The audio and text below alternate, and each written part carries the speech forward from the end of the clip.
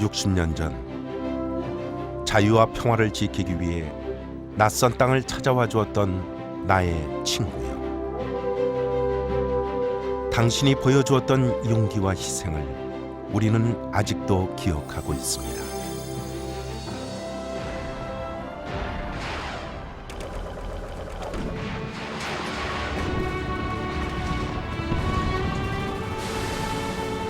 갑작스런 전쟁은 모든 것을 혼란에 빠뜨렸고 우리는 위태로운 조국의 미래를 지키기 위해 생명을 담보로 싸워야 했습니다.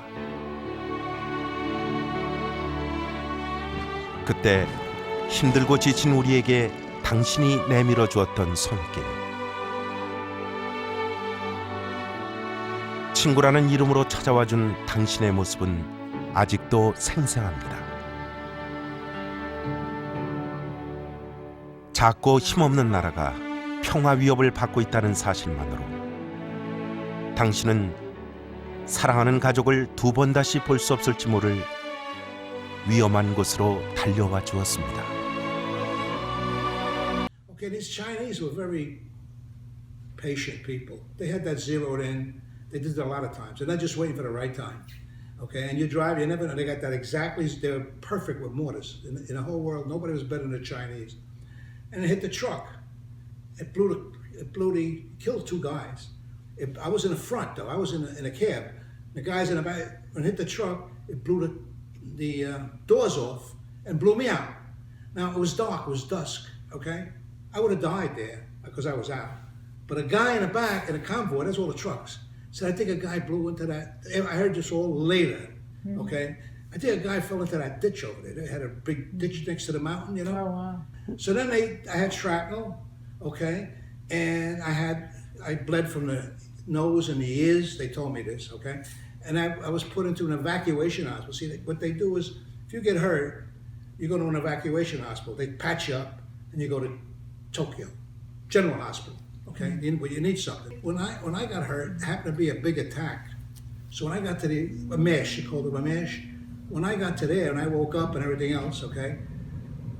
They cleaned the blood off me and all of that. So when I got there, they were bringing in guys like, forget it was like a zoo, screaming. Yeah, the nurses were red. Their aprons from blood. Yeah. The guys lost legs. The guy next to me was blind. Oh my kept crying. They kept telling me I can't see it. Helicopters were coming in, taking people in, bringing them in, taking them out. Yeah. Then they put me on an airplane, C-25. They had like bunks in an airplane to take the wounded. So they put me on there. They sent me to Tokyo General Hospital. Okay, they passed me up. They said nothing hit the spine or anything like that. There's one little piece. The guy told me there's one little piece that's too close. He's going to leave it. Nothing's going to happen. Which is true. Nothing ever happened. So it's still in there? Yeah, it must be. I don't know. So it was just a little piece, but you know. So I was fortunate. So I got to Tokyo. I had pain, but I recuperated right away. Okay? So I figured I'm coming home. Yeah. So I wrote my mother, Mom, nothing happened, I'm okay, but I'm coming home. They sent me to Korea. I had bandages still. They sent me back. I was sent back to my unit, and I spent another I don't know, six months. I healed, but I wasn't really healed, you know. But then my head wasn't healed, you know. So we lived through it. 지구상 어디 있는지조차 몰랐던 낯선 나라, 참기 힘든 기후, 전쟁의 공포와 맞서 싸우며 당신이 그토록 지키고 싶어했던 이름 자유, 그리고 대한민국. We had a guy, I swear to God, came, listen to this, he was from the West, I don't know, Montana or something like that. He was missing 2 fingers. Oh my God. There was a small draft board that had to have a quota, and they sent them. A lot of guys got killed with friendly fire, you know that? A lot of guys got killed with friendly fire. Yeah, I believe it. There were guys, 16 was the minimum. There were guys that they 16? said were there 14, were big guys, volunteered, they were 14 years old. 14? Yeah.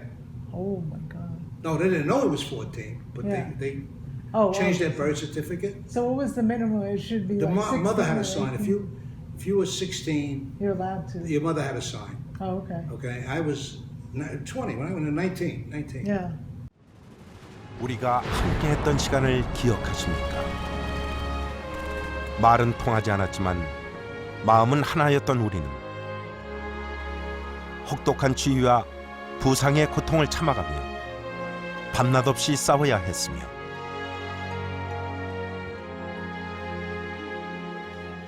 죄 없이 희생당한 동료의 죽음 앞에서 뜨거운 눈물을 함께 흘려야 했습니다.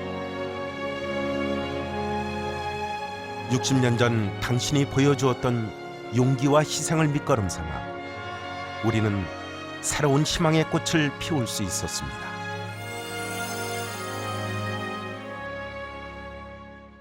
See, there's two engineers. There's a construction engineers.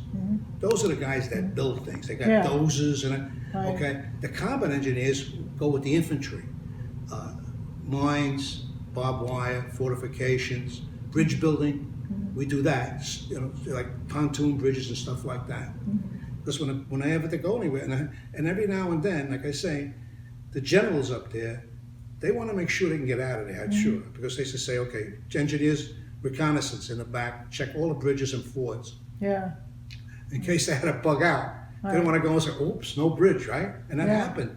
We used to just check the bridges, make sure everything was okay. And the fords are where you got a river that's not too high. Yeah. They lay a lot of rocks so trucks could go over them in tanks without using a bridge. So every bridge they wanted a ford.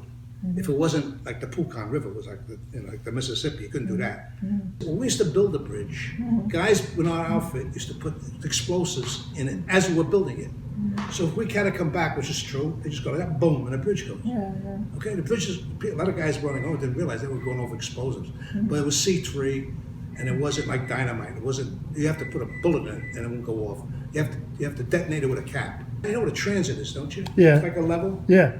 So I was on a bridge and I had the transit, and they started firing on the bridge, the enemy, okay? And I went running and I hit the thing, and the thing went down, the rest of the court, and it went into the rocks, this transit, Oh no. okay?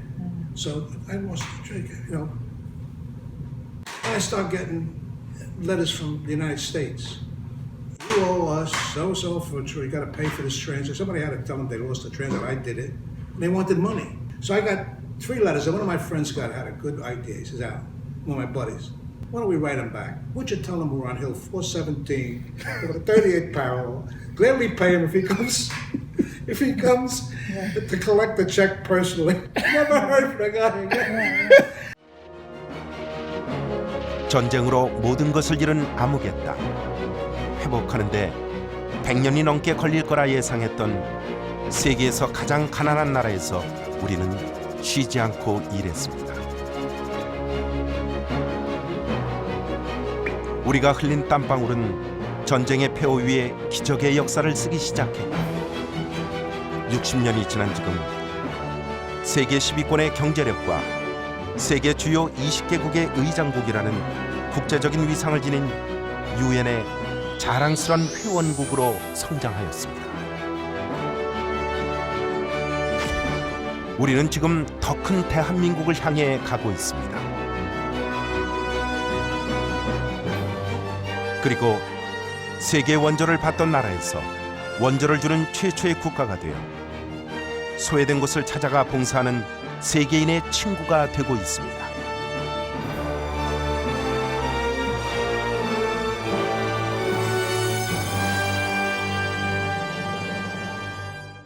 I think it took about 22 days coming back. We had a bigger ship, a better ship.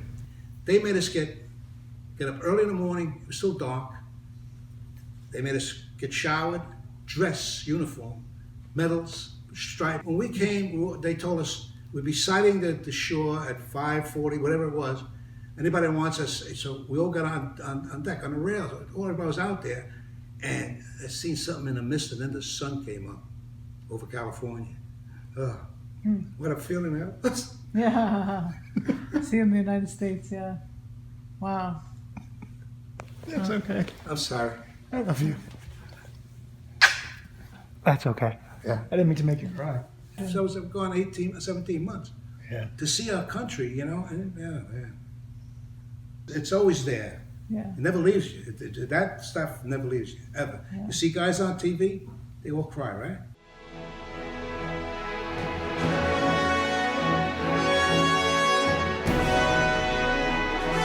우리는 영원히 기억할 것입니다. 대가를 바라지 않았던 당신의 희생과 친구라는 이름으로 손 내밀어 주었던 당신의 따뜻한 마음. 고마운 친구여, 알고 계십니까? 당신은 대한민국의 영원한 영웅입니다.